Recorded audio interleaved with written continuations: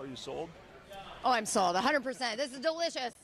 Before former Notre Dame quarterback Rick Mirer became a wine connoisseur, he was a star at Goshen High School and considered the top QB prospect in the country.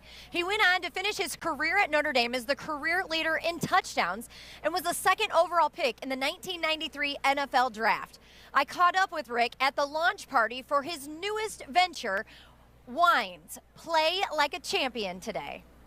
If you told me 30 years ago I'd be standing here with wine, I'd have said you're crazy. This has just been a passion of mine for a long time, and after some time with the Raiders and Niners at the end of my career, I really got into wine and wanted to have something to work on separate from football, and things have just kind of progressed recently, and now with the Play Like a Champion involvement and working with the university and everybody here, we have a second brand that's available, and it's fun to share. And these tailgates and games and celebrations and stuff are exactly kind of what we were making it for. Being a local guy and not being around here that much, it's kind of fun to come back and share that with everybody here. How is that transition when you go from a professional football player to now having to find a life outside of the football field? The wine thing kind of came out of nowhere, and it was just, I have a marketing degree, and it's kind of a big marketing project, and I kind of ran with it and just to see how it would go, and here we are 13 years later. I also grew up in this area, so I, knew of the legend of Rick and just everything that you meant to this area, but could you kind of put into words, how did maybe, growing up in this area shape you and help you to get here to Notre Dame? As a younger kid, I didn't realize what Notre Dame was, like how big it is, how the reach, because it was the closest school, to where I was. So, the timing was incredibly good. Coach Holtz was the right guy to play for. Tony Rice was the perfect guy for me to be behind for a year. I mean, everything just kind of fell into place. The friends I had made, the teammates, the buddies, they're lifelong relationships. The education's priceless. For you, when you look back on your time at Notre Dame, what stands out as, maybe one of those favorite moments on the football field?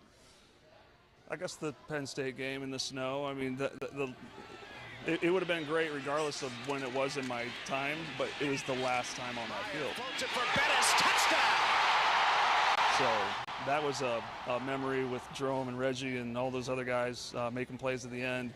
The couple classes ahead of us lost their final home game and senior night and all that, and we did not want to go out that way, obviously. And but the dramatic way that went down was kind of unique. The finish in the snow and the way that day photographed and stuff is pretty cool. Mirer. Yes! Brooks! That's just awesome. We've talked to Reggie about that. I mean, yeah. It's just one of those stories you can hear a million times and you still want to hear it a million more. I thank him every time I see him for catching that ball, that wobbly ball, and he made a memory that day, and that was awesome. I met your beautiful wife, and I hear she's from the area too. So you both are from here.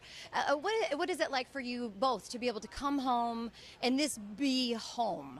Oh yeah, it's always felt that way, and our parents are still here most of the year, and friends. I bump into classmates from high school and college when I'm back every time. It'll always be home. Well, Rick is not only a businessman, but also a father to 3 boys.